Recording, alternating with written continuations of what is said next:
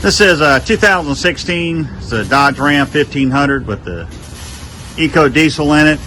The V6. We just did a catback dual exhaust system out the rear with nice 3.5-inch stainless steel tips. Left the factory particle filter on there and everything, just trying to give a little sound. These things are really quiet from the factory, so we put a Flowmaster 40 on there, single in, dual out, liven it up just a little bit. See what kind of sound it has.